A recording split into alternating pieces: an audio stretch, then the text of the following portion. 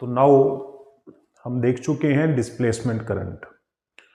हमने खाली जगह में यानी कैपेसिटर के अंदर जो खाली जगह होती है जिसे इंसुलेटिंग सरफेस कहते हैं, हम इंसुलेटिंग मीडियम कहते हैं, जिसमें से करंट पास नहीं कर सकता, हमने उसके अंदर करंट पास करके दिखाया और जिसका नाम हमने रखा डिस्प्लेसमेंट करंट। अब हम देखेंगे कि क्या डिस्प्लेसमेंट करंट किसी सर्किट को कंप्लीट करता है, यानी कंटिन्यूटी वो कवर करके रखता है। ये वाला टॉपिक है हमारा, कंटिन्यूटी ऑफ करंट। यानी डिस्प्लेसमेंट करंट हमने खाली जगह में निकाल तो लिया, तो क्या जब किसी बैटरी को उस खाली जगह के साथ लगाएंगे तो वो सर्किट कंप्लीट हो रहा है कि नहीं हो रहा, उसे कंटिन्यूटी ऑफ करंट कहते हैं। पहले हम सिंपल वे में समझेंगे इसको। लाइक ये आपका कैपेसिटर है जिसको हमने किसी बैटरी के साथ लगाया।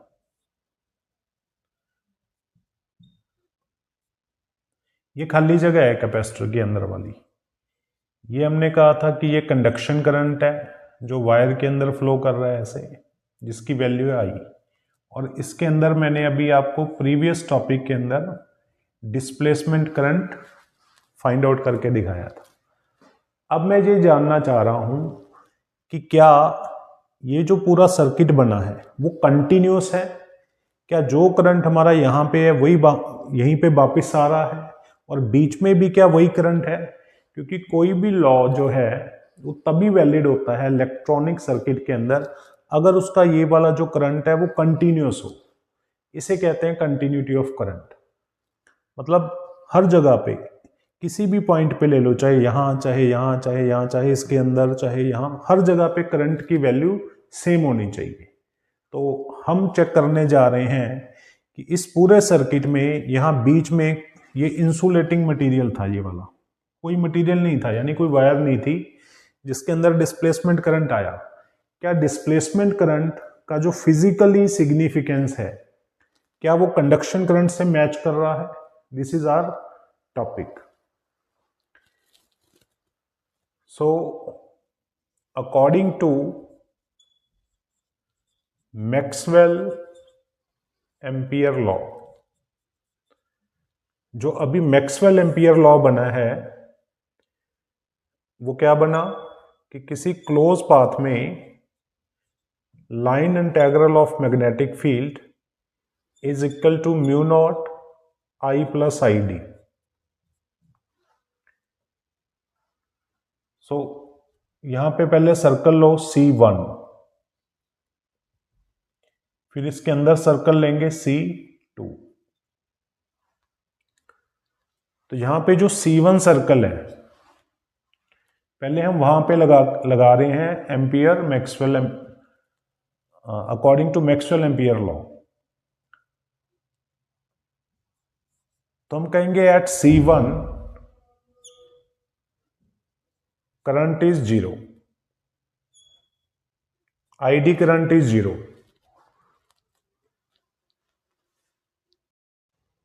क्यों 0 है? बिकॉज ID जो होता है that is equal to epsilon naught d phi upon dt, जो कि हम इससे प्रीवियस टॉपिक के अंदर, प्रीवियस लेक्चर के अंदर हम इसकी वैल्यू को फाइंड आउट कर चुके हैं। अब देखिए, क्योंकि ये जो वायर है इसके अंदर कोई फ्लक्स चेंज नहीं है, कोई फ्लक्स आ ही नहीं रहा, बेसिकली इलेक्ट्रिक फ्लक्स 0 है इस वायर के अंदर। तो जब इलेक्ट्रिक फ्लक्स 0 है तो हमारा करंट भी 0 आ जाएगा, क्योंकि फ्लक्स चेंज ही नहीं हो रहा टाइम के साथ। तो यहां पे हम देखेंगे ये इक्वल हो जाएगा म्यू नॉट आई के फर्स्ट केस में C1 सर्कल के अंदर, बिकॉज यहां पे ID क्या है? 0 है, करंट फ्लो ही नहीं कर रहा। तो यहां से लेके यहां तक या पीछे जहां पे भी वायर है वहां पे जो करंट है वो I है, उसकी वैल्यू कितनी है? I है। अब हम देखते हैं C2 में, ये फर्स्ट था। सेकंड देखिए, हम C2 सर्कल में सेम लॉ लगाते हैं।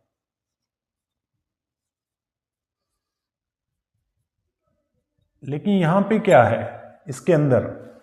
इसके इनसाइड तो कोई वायर नहीं है, सो वहां पे I 0 है। तो ये इक्वल आ जाएगा म्यू नॉट आई डी के।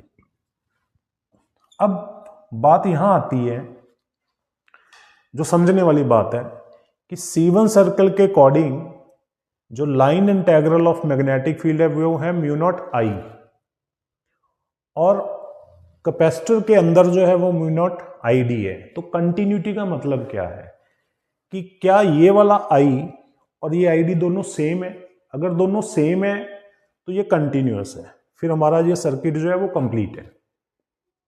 अगर कंटिन्यू नहीं है, अगर वो इक्वल नहीं है तो वो कंटिन्यू नहीं है ना। तो अब देखेंगे आई डी क्या है। वी नो कि आई डी किसके इक्वल होता है?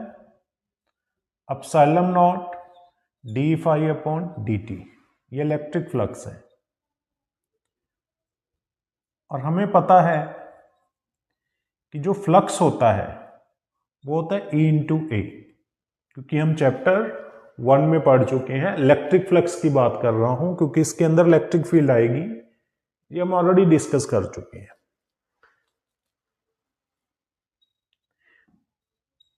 अब देखिए, जो E होता है इलेक्ट्रिक फील्ड, इसको हमने पढ़ा हुआ है कि ये सिग्मा बाय एप्सिलॉन नॉट के इक्वल होता है, और जो सिग्मा होता है वो क्यू बाय ए के इक्वल होता है।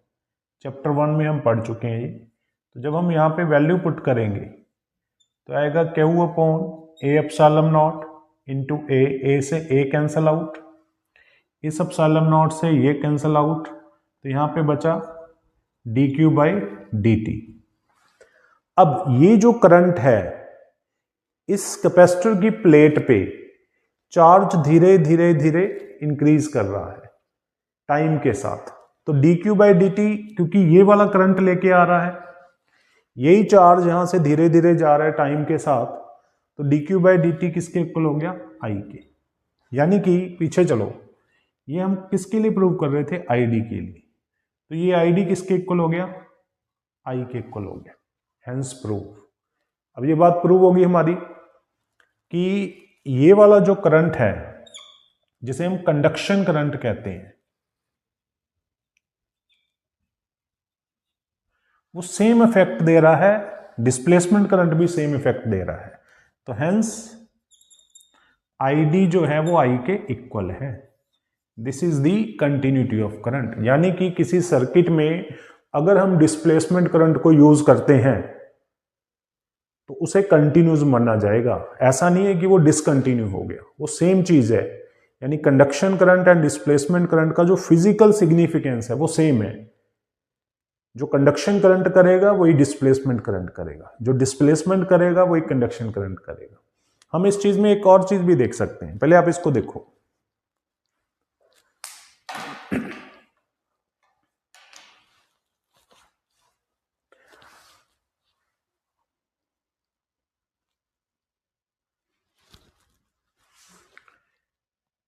इसको हटा रहा हूं मैं अभी।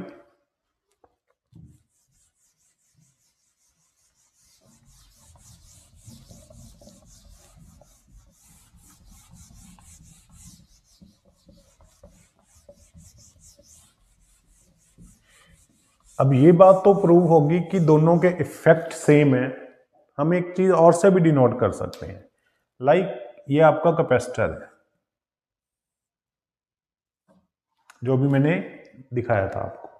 तो इस कैपेसिटर के अंदर जो इलेक्ट्रिक फील्ड है, क्योंकि ये पॉजिटिव प्लेट होती है, ये नेगेटिव, क्योंकि हमने इसको पॉजिटिव से कनेक्ट किया हुआ है, तो इलेक्ट्रिक फील्ड ऐसे जाएगी।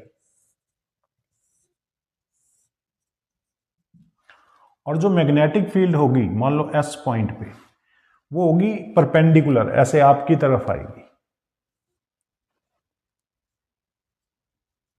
सेम मैंने पॉइंट एक इधर ले लिया, सेम डिस्टेंस पे, यहां पे भी जो मैग्नेटिक फील्ड बी है और जो यहां पे बी है, दोनों की वैल्यू सेम है। डिस्प्लेसमेंट करंट ने जो मैग्नेटिक फील्ड निकाली यहां पे, और जो ये कंडक्शन करंट होता है, इसे कंडक्शन करंट कहते हैं, यानी आई, इसके अंदर है आई डी।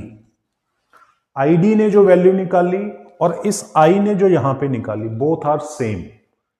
फर्क नहीं है। अगर यहाँ पे 10 tesla magnetic field displacement current दे रहा है तो यहाँ 10 टेस्ला कंडक्शन करंट दे रहा है, effect are same. So this is the continuity of current. अब यहां से एक बात पता लगता है हमें कि मैग्नेटिक फील्ड और electric field always perpendicular to each other होंगी। ठीक है, यहां पे इलेक्ट्रिक फील्ड जो जा रही है वो इस तरफ जा रही है, मैग्नेटिक फील्ड इसके इस तरफ है, परपेंडिकुलर। यानी कि इलेक्ट्रिक फील्ड चेंज होने के कारण जो मैग्नेटिक फील्ड आएगी वो दोनों एक दूसरे पे परपेंडिकुलर होंगे। सो यही आगे जाके क्या बनेगा, ईएम वेव बनेगा।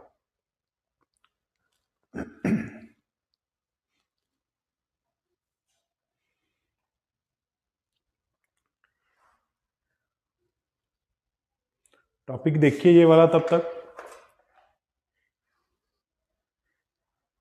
कहीं कहीं आप पढ़ेंगे कंसिक्वेंस।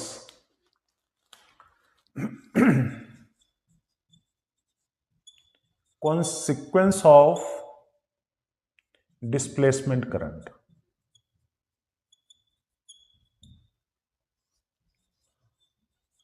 ये टर्म भी कहीं कहीं बुक के अंदर लिखी होती है। तो देखिए कंसिक्वेंस का मतलब यही है, कंडक्शन और डिस्प्लेसमेंट करंट में कंपैरिजन। थोड़ा सा इसमें आप समझो कि लाइक अगर मैं बात करता हूं इस वायर की, यानी आई की, ये होता है कंडक्शन, कंडक्शन करंट। ये होता है डिस्प्लेसमेंट करंट। इसके अंदर है इंसुलेटिंग मीडियम। वायर जो होती है वो होती है कंडक्टिव मटीरियल। तो जब तो करंट फ्लो कर रहा है कंडक्टिव मटीरियल में, देन कंडक्शन करंट जो होता है वो डोमिनेट करता है डिस्प्लेसमेंट करंट को। डोमिनेट का मतलब ये होता है कि कंडक्शन करंट ही फ्लो करेगा, डिस्प्लेसमेंट को फ्लो करने नहीं देगा। इंसुलेटिंग मटेरियल में मतलब बीच में कोई मीडियम नहीं है, उसे इंसुलेटिंग बोला जाता है। इसके अंदर जो डिस्प्लेसमेंट करंट है वो इसको डोमिनेट करेगा, यानी इसके अंदर डिस्प्लेसमेंट करंट आई को फ्लो नहीं करने देगा, और वायर के अंदर कंडक्शन करंट डिस्प्लेसमेंट करंट को फ्लो नहीं करने देगा। तो इस वजह से क्या है, हमारे पास ओवरऑल क्या कहानी समझ के आती है, जो कंसिक्वेंस का मतलब क्या है इसमें, कि दोनों फील्ड एक दूसरे के चेंज होने से एक दूसरे को प्रोड्यूस करती है। मतलब इलेक्ट्रिक फील्ड चेंज होगी तो मैग्नेटिक फील्ड आएगी, मैग्नेटिक फील्ड चेंज होगी तो इलेक्ट्रिक फील्ड आएगी। Changing field with respect to time produce each other, and दोनों एक दूसरे को प्रोड्यूस करेंगी परपेंडिकुलर टू ईच अदर। देखो बड़ी क्लियर बात है, इलेक्ट्रिक फील्ड अगर चेंज हो रही है तो मैग्नेटिक फील्ड आएगी, लेकिन जो मैग्नेटिक फील्ड आएगी वो इलेक्ट्रिक फील्ड के परपेंडिकुलर होगी, और अगर मैग्नेटिक फील्ड चेंज हो रही है तो इलेक्ट्रिक फील्ड आएगी, और जो इलेक्ट्रिक फील्ड आएगी वो मैग्नेटिक फील्ड के परपेंडिकुलर होगी। सिंपल कंसेप्ट है ये। तो दोनों फील्ड जब एक दूसरे के ऊपर परपेंडिकुलर हैं, इलेक्ट्रिक है ये मैग्नेटिक है, तो एक नई वाइब्रेशन क्रिएट होती है जो इन दोनों के ऊपर परपेंडिकुलर है इस डायरेक्शन में। तो अगर ये आपका ब्लू वाला कलर मैग्नेटिक है, ये इलेक्ट्रिक है, तो जो नई डिस्टरबेंस है वो इन दोनों पे परपेंडिकुलर है, जिसे हम कहते हैं ईएम वेव, इलेक्ट्रोमैग्नेटिक वेव, जो कि हमारा नेक्स्ट टॉपिक है। अभी देखिए इसको।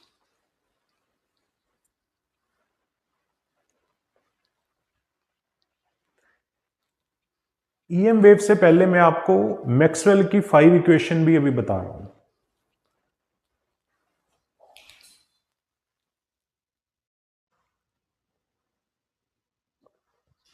अब ये हमारी है Maxwell equation. These are Maxwell equations, Maxwell equation and Lorentz force. तो बेटा ऐसा है, देखिए मैक्सवेल ने वो सारी इक्वेशन कलेक्ट कर ली जिसमें इलेक्ट्रिक और मैग्नेटिक फील्ड की बात हुई है। तो ये जो इक्वेशन है 1 2 3 4, these are the Maxwell equation, Maxwell ने इनको दी थी। ये हमारा है लॉरेंस फोर्स। तो ये 5 टर्म्स हैं ये हम ऑलरेडी पढ़ चुके हैं, लेकिन हम इसको एक बार फिर से देखेंगे कि इनका मीनिंग क्या था। जो हमारा गॉस लॉ इन इलेक्ट्रोस्टैटिक है, गॉस लॉ इन इलेक्ट्रोस्टैटिक जो कहता है कि E dot d s equal to q by epsilon naught, यानी किसी क्लोज पाथ के अंदर जो फ्लक्स होगा वो इक्वल होगा कि उस क्लोज पाथ के अंदर कोई चार्ज कितना पड़ा हुआ है, तो उस चार्ज से कितनी हमारी इलेक्ट्रिक फील्ड लाइंस निकल रही हैं, तो वो फ्लक्स होगा Q by epsilon not. Already discuss कर चुके हैं। तो इस इक्वेशन से हमें ये पता लगा था कि हमारी इलेक्ट्रिक फील्ड लाइन जो है वो क्लोज कंटिन्यूस कर्व नहीं बनाती। इलेक्ट्रिक फील्ड लाइंस पॉजिटिव से नेगेटिव जाती है, बट नेगेटिव से पॉजिटिव नहीं जाती। तो ये बात हमें इस लॉ से पता लगा था। Gauss law in magnetic static में हमें ये पता था कि magnetic field lines close loop बनाती है, इसमें मोनोपोल एग्जिस्ट नहीं कर सकता। नॉर्थ है तो साउथ भी मिलेगा, साउथ है तो नॉर्थ भी मिलेगा। हम बड़ा डिटेल में पढ़ चुके हैं इनको। फैराडे लॉ में हमने कहा था कि इलेक्ट्रिक फील्ड प्रोड्यूस होगी अगर मैग्नेटिक फील्ड चेंज होती है। एम्पियर में अभी हमने देखा है सारा कि जो line integral of magnetic field है वो करंट और डिस्प्लेसमेंट करंट के इक्वल होती है। लॉरेंस फोर्स ने कहा था, यहाँ पे सॉरी क्यू ई भी होता है, कि इलेक्ट्रिक एंड मैग्नेटिक फील्ड के अंदर अगर कोई पार्टिकल है तो उस पर जो नेट फोर्स लगता है, मैग्नेटिक फोर्स इतना लगाती है, इलेक्ट्रिक फोर्स इतना लगाती है। तो इनकी डिटेल स्टडी हम पिछली क्लासेस में, पिछले चैप्टर के अंदर, क्लासेस में नहीं पिछले चैप्टर के अंदर हम कर चुके हैं।